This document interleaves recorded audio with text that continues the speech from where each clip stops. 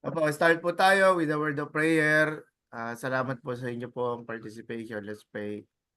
Thank you, dear God, sa buong araw na sinasamahan mo kami mula pa nung sa oras ng pagsamba, sa pangangaral at sa pag-aawitan, sa panalangin at maging po sa oras na 'to ng training na bahagi po ng aming pong, tugon sa inyo na, ng pagsunod, Lord God, sa inyo pong bilin na humayo at may bahagi po ang iyong salita.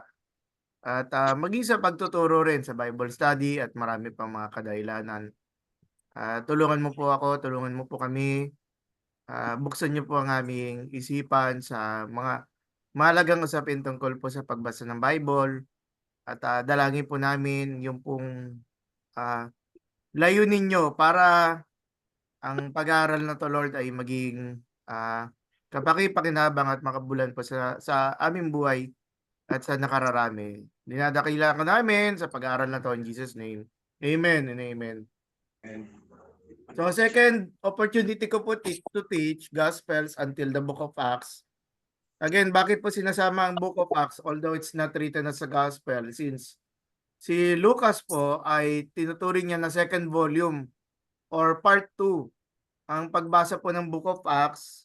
Another way of saying it, talagang intention o sinasadya ni Lucas na magsulat po una tungkol sa buhay ng ating Panginoong Hesus, which is described po sa Gospel of Luke, and another po tungkol po sa paglago at paglaganap ng ng church, yung iglesia na lumago po mula po dun sa Acts chapter 2 na dun po sa Jerusalem Church. At paulit-ulit natin binabanggit ito dahil may kinalaman po ito sa ating paglilingkod na darating po yung sa kasaysayan nila, no? Darating yung kapangyarihan mula sa itaas. At yun po yung kapangyarihan ng banal na espiritu. So, nangyari po yon sa chapter 2 ng Acts sa araw ng Pentecostes na na pinaranas ng Diyos yung kanyang banal na espiritu or pinuspos, no, ng banal na espiritu yung mga manggagawa ng Panginoon. Kaya po tayo ay ipinagpapatuloy po natin ang pagkatawag na ito, or pwede nating masabing yung no, yung tungkulin na minsan ipinasa ni Jesus sa mga alagad at siyang pinapasa ng mga alagad ng mga alagad sa atin hanggang sa makarating po sa atin. So, pag-aaralan po natin, last meeting pinag-aralan natin yung Matthew. At today po pag-aaralan po natin yung Gospel of Mark, which is my second opportunity po, no, to join with you sa mga discussions na to. At so ang ating pong lesson will be composed of two parts. Teka lang, yan ako slide show. Will be composed of two parts. The first part talks about the composition of the Gospel of Mark, or yung mga composition information. Sino yung nagsulat, kanino niya pinapadala ang mensahe ng aklat ng Marcos, at marami pang dahilan. Bigla ako napaisip, kapangalan pala nito ng presidente natin, yung apelyido niya. Well, anyway, so wala naman din kahit sa anong panahon pag ituturo yung aklat ng San Marcos, madi-discuss natin yung apelyido niya for some time. At yung pong nasa insert ay ano po, no, yung mga drawing or portrait no po ni San Marcos na manunulat nga po ng mabuting balita na ito. Okay? Well, anyway, at nga po, ito pong si Mark ay hindi po siya kabilang sa 12 at pinagtatalunan pa kung si Mark nga ba talaga ay siguro parang napakabata niya pa, no? Pero nasaksihan na kaya niya si Jesus, no, nung si Jesus ay nagmi-ministry sa sa Galilea. Yun po ay wala masyado tayong ano do'n, wala masyado tayong proof or evidence. Bagamat merong talata do'n sa, yung pagdakip kay Jesus 'no, na kung saan meron daw isang binata doon na ano, na tumakbo at na hindi ko alam kung balabal niya yata yung naiwan ano, tumakbo siya na siyempre natakot siya, umiiwas siya na siya ay dakipin at isa po yung teorya na sa aklat lang ng San Marcos sa ano, sa Gospel of Mark lang makikita itong detalye na 'to. Ayon sa ibang hypothesis yun po ay, paglagay no, pagdadagdag ng kanyang sarili dun sa istorya. Pero again sana sana nilinaw niya na lang 'no, na nilagay niya na ako ito na ano, tumakas ako 'no, 'di sana mas maliwanag sa atin. Bagamat ang malaking katanungan kasi kung si Mark ay hindi po kabilang sa 12 alagad, bakit po merong authority o bakit may bisa, or another way of saying bakit dapat basahin ang ano, ang aklat na ito, 'di ba? Kung hindi naman siya kabilang sa mga alagad. So, ayon sa isang ano, yung isang, early church historian ng pangalan si Eusebius 'no, sa kanyang, yung mahabang isinulat niya yung sa ecclesiastical history ay ano, yung ecclesiastical meaning the history of the church 'no. Sabi, "This also the presbyter said, Mark having become the interpreter of Peter," 'di ba? Ang presbyter na tinutukoy dito ni Eusebius ay ang isang church father na pangalan si Papayas 'no. At sinabi si Papayas daw ay isa sa mga alagad ng mga alagad. So, kung si Jesus, tapos yung 12 alagad, tapos si Papayas ay isa sa mga na-train ng mga alagad rin ni Jesus 'no. At ang description ni Papayas, si Mark daw having become the interpreter of Peter 'no, wrote down accurately, though not in order, whosoever he remembered of the things said or done by Christ. Before we go on, bakit po merong role ng interpreter? Kasi po si Pedro, si Apostol Pedro,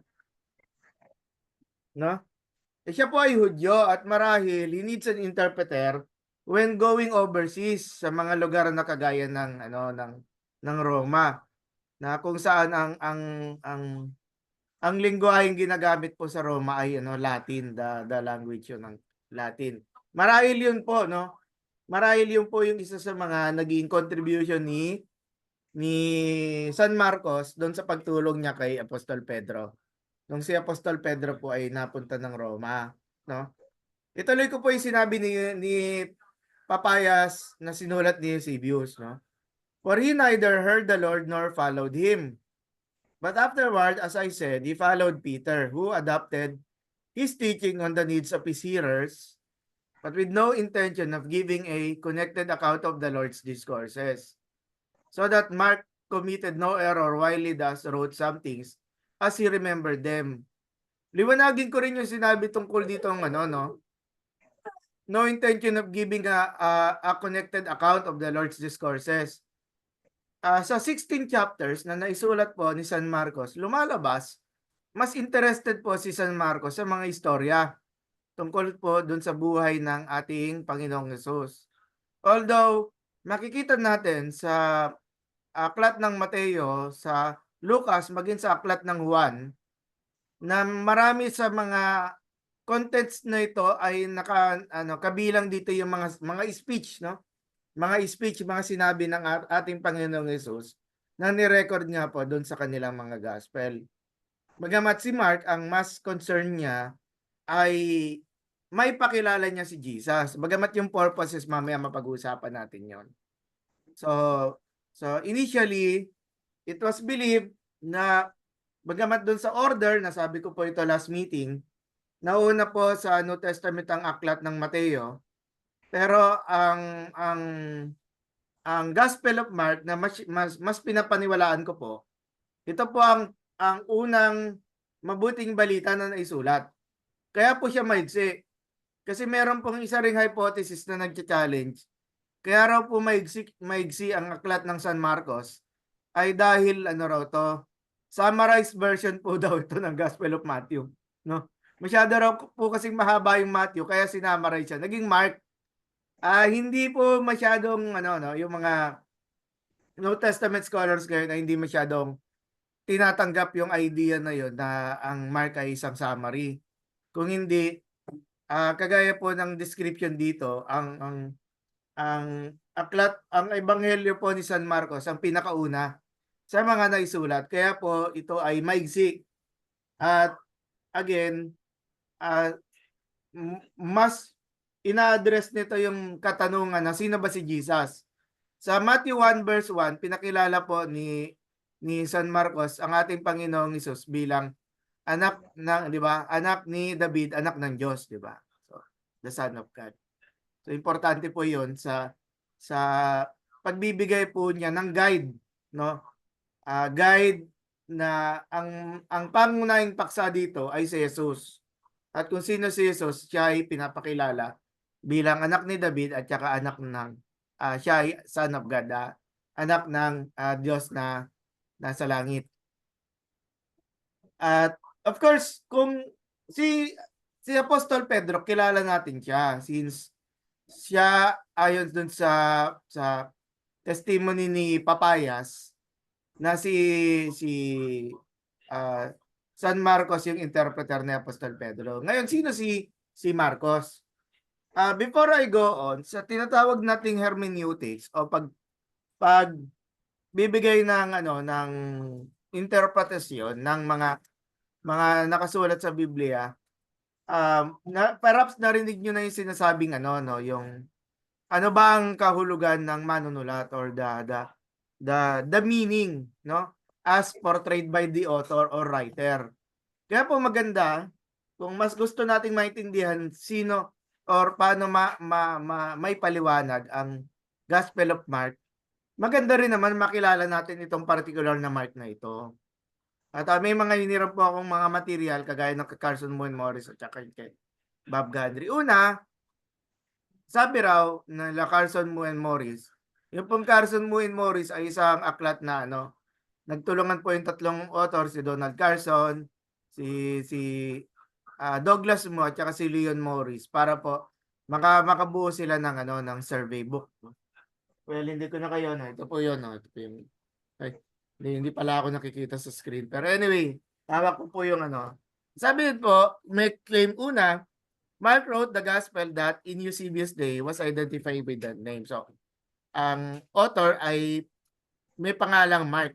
Number two, followed yung sa ano no, yung sinundan yung writings ni Papayas na sinulat ni or testimony ni Papayas na sinulat ni Eusebius. Mark was not an eyewitness but obtained his information from Peter. No? And then the third one, Mark's gospel lacks order, reflecting the occasional nature of Peter's preaching. When say lacks order, hindi po ito na wala talagang order, kung hindi yung arrangement ni Mark is marahil doon sa kanyang habang sinusulat niya yung gospel, na kung meron siyang idea na biglang pumasok sa mind niya, no? About the events that took place do sa buhay ni Jesus, no? Hindi siya masyadong concerned do sa topics, doon sa arrangement or perhaps even chronology, yung pagkasunod-sunod, no? But we know that there is a beginning section which is about the beginning of the ministry ni Jesus with the introduction of John the Baptist do sa story, and in the middle portion which is about the yung ano yung pagpapakilala ni Jesus ano no na bilang Kristo, which is the center no of the 16 chapters, and at the end going to from the 15th going to the 16th is about the death, and then yung looking forward to the resurrection of Jesus. At yung pong sinabi ni Papayas na sinulat ni Eusebius, no? It is also in agreement with other Christian writers, no? Kagaya nila Irenaeus, Tertullian, si Clement of Alexandria at saka si Origen. So this si Papayas hindi siya nag-iisa in saying na si Mark ay in some ways na naging disciple ni Apostol Pedro. Okay. So dagdag pa na Papayas and other Christian writers refer to the John Mark mentioned in Acts. So yung name ni Mark is found in the New Testament writings. Maraming portions po nito ay sa Book of Acts at nakalagay po yung mga verses dito 12:12 and 15, chapter 13 at saka meron sa chapter 15:37. At maging sa apat sa mga sinulat ni Apostol Pablo tulad po ng Colossians 4:10, Philemon 24, 2 Timothy 4:11 at 1 Peter 5:13. Hindi ko po nilagay yung mga passages dito po sa screen or sa aking PowerPoint slide, pero we have been reading these books for some time. Na-encounter na po rin natin si Mark. Mark was the cousin of Barnabas.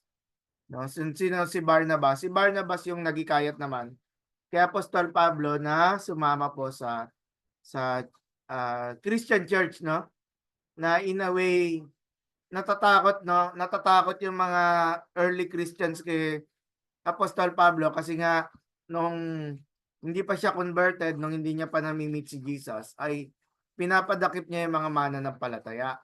So ito pong si Barnabas ang ginamit ng Lord to encourage Paul to join the community of the believers, di ba? At kaya naman po masasabi natin kilalang kilala niya ni Apostol Pablo itong si Marcos dahil nakasama nila sa mga missionary journeys kagaya po ng nakalagay sa Acts 13 hanggang verse 13, even verse 13.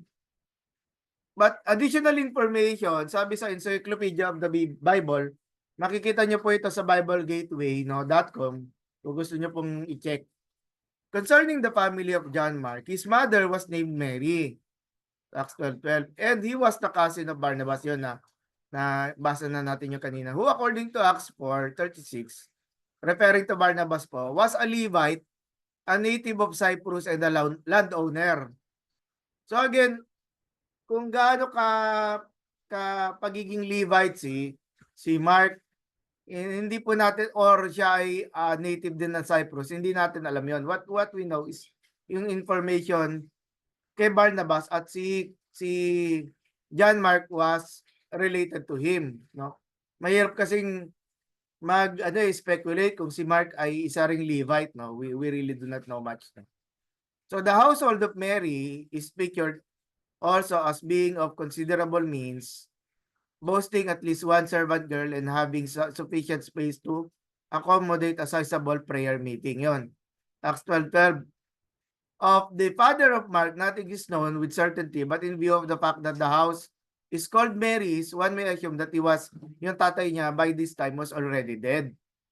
The fact that Peter, upon his miraculous release from prison, knew where to find the praying church, yung lugar kung saan pagkatapos maranasan ni Apostol Pedro yung kalayaan, yung makalabas siya doon sa kulungan, ay dumiretso siya sa tahanan ni Maria na na ina, yung nanay ni John Mark. Okay, held the position of some prominence among the early Jewish Christians in Jerusalem. To add to the fact, siguro kasama na rin dito yung yung si Barnabas naman kasi pinakilala na siya ay nag-donate ng lupa. So ibig sabihin may may resources dito si Barnabas at dito nga yung pagpapakilala kay John Mark. So masasabi natin when we talk about the missionary journeys of Paul, yung first missionary journey, napakagastos ng mga travel, 'di ba? So pwede nating masabi na si John Mark talaga ay merong may financial means din to participate sa mga yung mga long journeys kagaya ng first missionary journey. But we also know from the book of Acts na towards the second missionary journey of Paul, Sinabi niya kay Barnabas, "Wag na nating isama 'yan, 'no? Wag na nating isama 'yan kasi nung habang tayo ay nagmi-mission nung yung first missionary journey, bigla tayong iniwanan." Kaya naman 'yun, Paul therefore refused to take him along on his second extended preaching trip. Hindi natin alam, 'no? Walang sinulat yung mga manunulat or si Luke, yung pagkasulat niya ng Book of Acts. Bakit biglang biglang hindi na sumama itong si Mark? Or I rather saying, umalis siya, umalis. Kaya naman nag-iisip si Apostol Pablo, pag sinama natin yan, baka iwanan na naman yan tayo, no? At siguro sa what we call sa documentation, perhaps very either humiliating or embarrassing yung case, kaya minabuti ni Lucas na hindi na isulat yung ano no, yung dahilan bakit hindi kasama si bakit ayaw ni San Pablo na isama si Marcos sa mga sumunod na missionary journeys. Yet, meron ditong additional comment that Paul and Mark were eventually reconciled. So, ayon sa Philemon 24 at saka sa Colossians 4:10, makikita doon na na may paggalang at pagkilala si Apostol Pablo dito sa kanyang kaibigan na si Mark. No? Sabi na nandun daw siya, nakakadalaw si Marcos kay Apostol Pablo habang si Apostol Pablo ay nakakulong. Kailan po kaya naisulat ang aklat ng Marcos, 'di ba? So, bakit ito importante, no? During the 50s. Meron kasing dating, iba-iba yung sa Carson Buen Morris, 40s, 50s, 60s at saka 70s. Pero pinili ko po tong 50s, which means ito po yung aking piniling na year kasi if we think of the ministry ni Jesus was 33 AD, I mean yan 33 referring to the crucifixion and ascension of the Lord Jesus Christ. So mga mga around 20 years, no? Progress. But ang hirap kasing ilagay ng 60 kasi 60 was the year na kung saan ay it was under Emperor Nero at 60 was considerably the year kung kailan pinatay si Peter at saka si Apostol Pablo. But again, merong traces of persecution as we will be looking at later on na dito sa content ng ng Gospel of Mark na marahil yun ang nagiging basis for putting the date ng mga 50s, AD 50s. So, provenance, kanino kaya naka-address ang itong aklat na ito, itong Gospel of Mark? So, there are most New Testament scholars favor yung Rome. Kasi ang mga reasons nito, una, large number of Latinisms in the gospel. How I wish magkaroon tayo ng time to discuss this, pero this is baka mabore kayo or hindi nyo makita yung seemingly relevance. Pag sinabing Latinisms, ito po yung mga mga ideas or Latin ideas na or ideas written in the gospel that has something to do with Roman culture, no?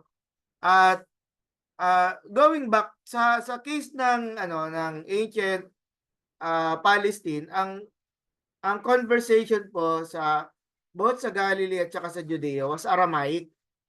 At the means of writing the gospel towards a bigger audience was the ancient Greek, Greek. But since Mark was in Rome, so merong mga ganitong mga ganitong elements when we talk about literary features na lumilitaw that has something to do with the location to whom Mark was probably writing to, no? At yung sa second is incidental mention of Simon of Cyrene's sons, no? Si Alexander at saka si Rufus. At least one may have been known to Mark, yung Rufus, no? Simon of Cyrene.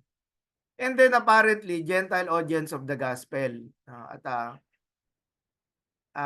we discussed last meeting about the Gospel of Matthew na punong-puno ito ng mga Old Testament references and ideas that refer to the fulfillment na necessary to prove that Jesus is the promised Messiah.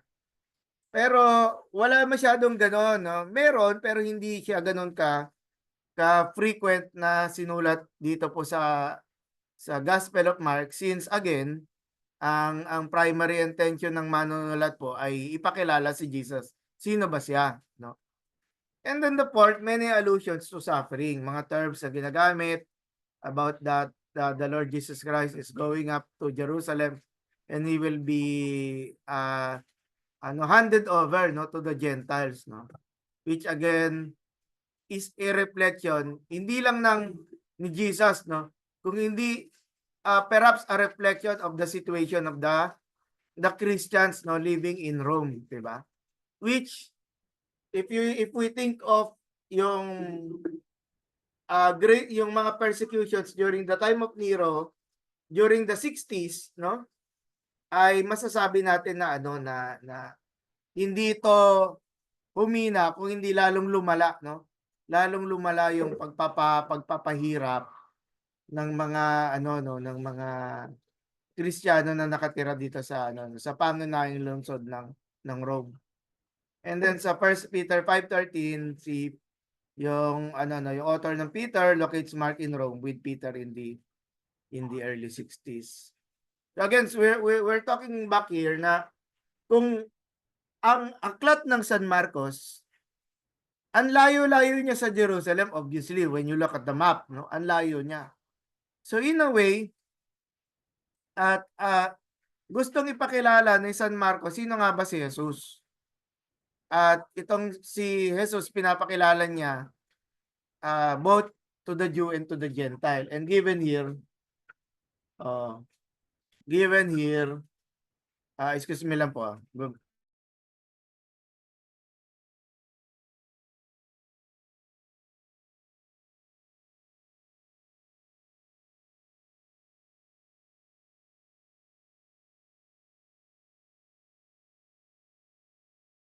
Okay, so sige. So yung no, ang isang pangunahing dahilan ni Marcos ay hikayatin niya yung mga Hentil na naninirahan sa Roma na makilala si Jesus. And of course, hindi lang siya makilala, hindi lang malaman yung storya niya, malaman na si Jesus ay the Son of God. Na dapat ang mga tao ay magsisi sa kanilang kasalanan at as described niya dun sa first chapter nung kay John the Baptist, and which was also the preaching of the Lord Jesus Christ when John the Baptist was put in prison. At nasabi ko na nga po kanina, no, yung audience ay itong mga Gentiles na nakatira sa Roma. And when you think of it, itong Rome, bakit ba importante yung Rome? Kasi people are traveling, di ba? We can say fairly that there are Christian residents na nakatira sa Rome, but people are also traveling. So once na may na-highlight natin yung mga or itong sorry for using the word natin, no. Yung mga sinaunang alagad ay naipalaganap nila ang Christianity sa metropolis, which is the center of the Roman Empire. Pag travel nila, nadadala itong mabuting balita, no, sa iba-ibang mga lugar sa sa buong Roman Empire, whether going to the north sa Germany or northwest sa Britain or to the south sa Italy, Spain and Africa. And of course, marami pa tayong mga lugar na pwedeng sabihin, no? If Mark wrote in Rome, he probably wrote to Romans. That Mark writes to Gentiles seems clear from his translation of Aramaic expressions. For example, yung explanation niya ng Jewish customs like the washing of hands. Bakit po ito? Bakit natin ito binabanggit? Kasi mga kapatid, mga minamahal, kung si San Marcos, ang kausap niya ay mga kapwa Hudyo, no? By default, hindi niya na kailangan i-explain itong mga itong mga kultura na to. But we see that in the Gospel of Mark, not only yung washing of hands, even yung yung pagka yung yung mga ano, no, yung even yung mga proper names, no, mga pagpapaliwanag, nakikita natin dito. So, continuing, Mark thus wants to help his readers, no, understand who Jesus is and what discipleship involves. No? Number one, which is, inulit ko yung ano, sino ba si Jesus? Of course, um, telling Jesus that he was from Galilee, when we read the Gospel of Mark, paulit-ulit yung mga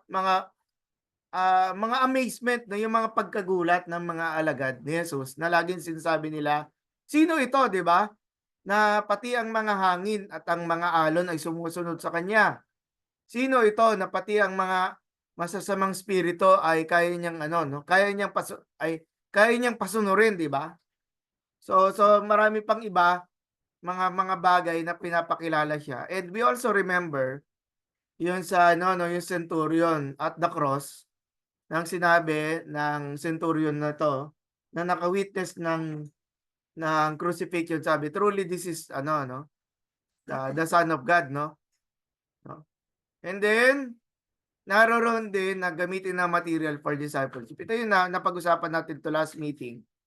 So, given that wala pa namang ibang gospel available, if we follow or if you agree with me that the Gospel of Mark was the first one written, ay pinapakita dito yung kahalagahan ng pagsunod, 'di ba? Yung ano, if anyone who wants to become my disciple, he must deny himself, pick up his cross, 'di ba? And follow me. Itong sinasabi ko, nakikita rin natin siya sa Luke at saka sa Matthew. Bagamat for this purpose, makita natin kahit ang Gospel of Mark ay 16 chapters, hindi lang ito nagpapayag ng isang kwento. Okay? Ito ay ginagamit din ng ano, what we call following the model, no, model of your master, no, setting as a model to follow. And we also talk about theology, no, na itong aklat ng ano, San Marcos ay hindi lang nagpapahayag ng isang storya tungkol sa isang mahalagang Hudyo na namuhay noon, kung hindi na ano, no, it is to show that dahil si Jesus ay may kapangyarihan para magpatawad, 'di ba?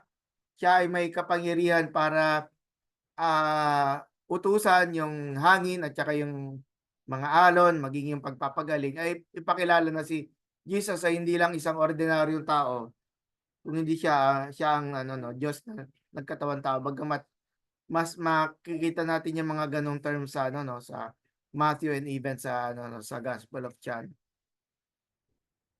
Sinabi rin ni Robert Gundry sa kanyang A Survey of the New Testament, Fifth edition, no, na isa rin sa pangunahing layunin ng pagkasulat ng Ebanghelyo ni San Marcos na naka-address po sa mga taga-Roma ay para ipaliwanag, 'no, kasi ipaliwanag si Jesus na siya ay namatay sa krus.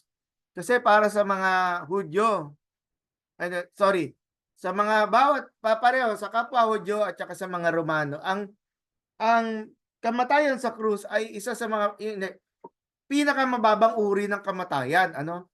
Kasi when we think about crucifixion, maraming mga kadahilanan. Una, very public, no? Yung pagkamatay. Number two, napakahirap at very ano 'yun, very painful ang ano, no, ang crucifixion. And kung hindi kagaya ng nangyari dito sa Passover, ang crucifixion po, no, pinababayaan lang doon at ano, matagal, no, matagal. I mean, some crucifixions, yung mga namamatay, it can take a few days, no? So which means wala nang ginawa yung ano, no, yung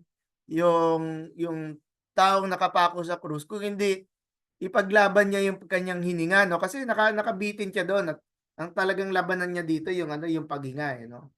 Again, going back, basahin ko po yung sinabi ni Robert Gundry. Crucifixion was reserved mostly for criminals and slaves and had all the connotations of a modern electric chair or a gas chamber. It makes best sense to think that Mark writes for the purpose of counteracting the shame of the manner in which Jesus died.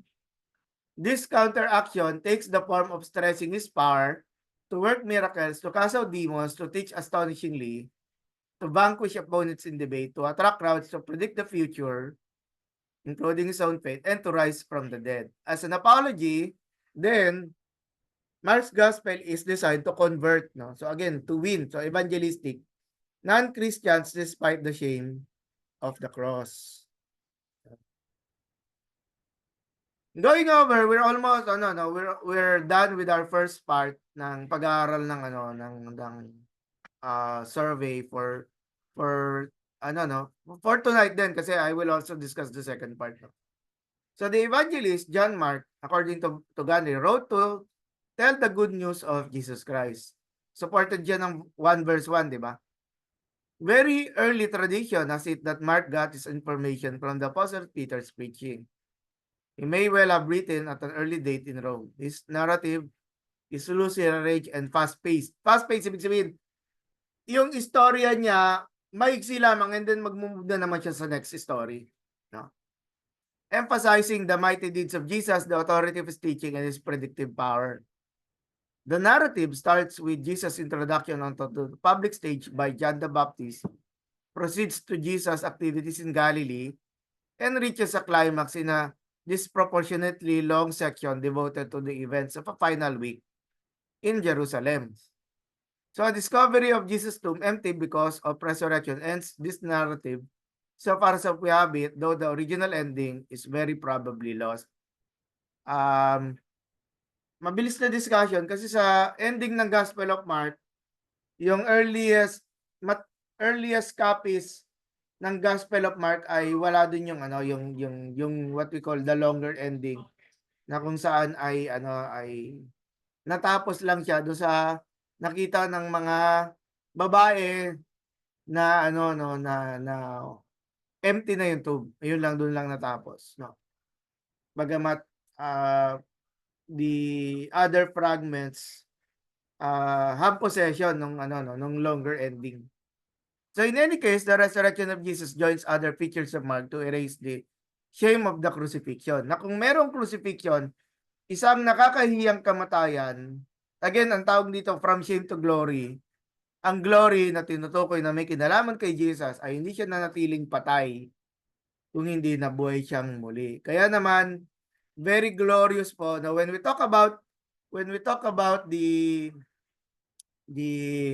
Gospel of Mark, no? It tells us the story na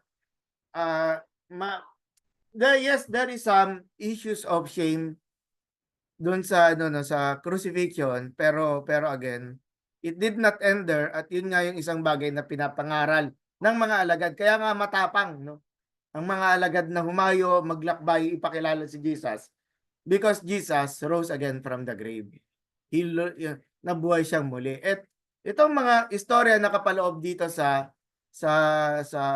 isinulat ni San Marcos ay mga paraan ng San Marcos para hindi lang ipakilala si Jesus, kung hindi para ang tao ay sumampalataya at maniwala sa kanya. Bagamat that I'm borrowing from the language of John chapter 3. Ito po yung excuse me. Ito po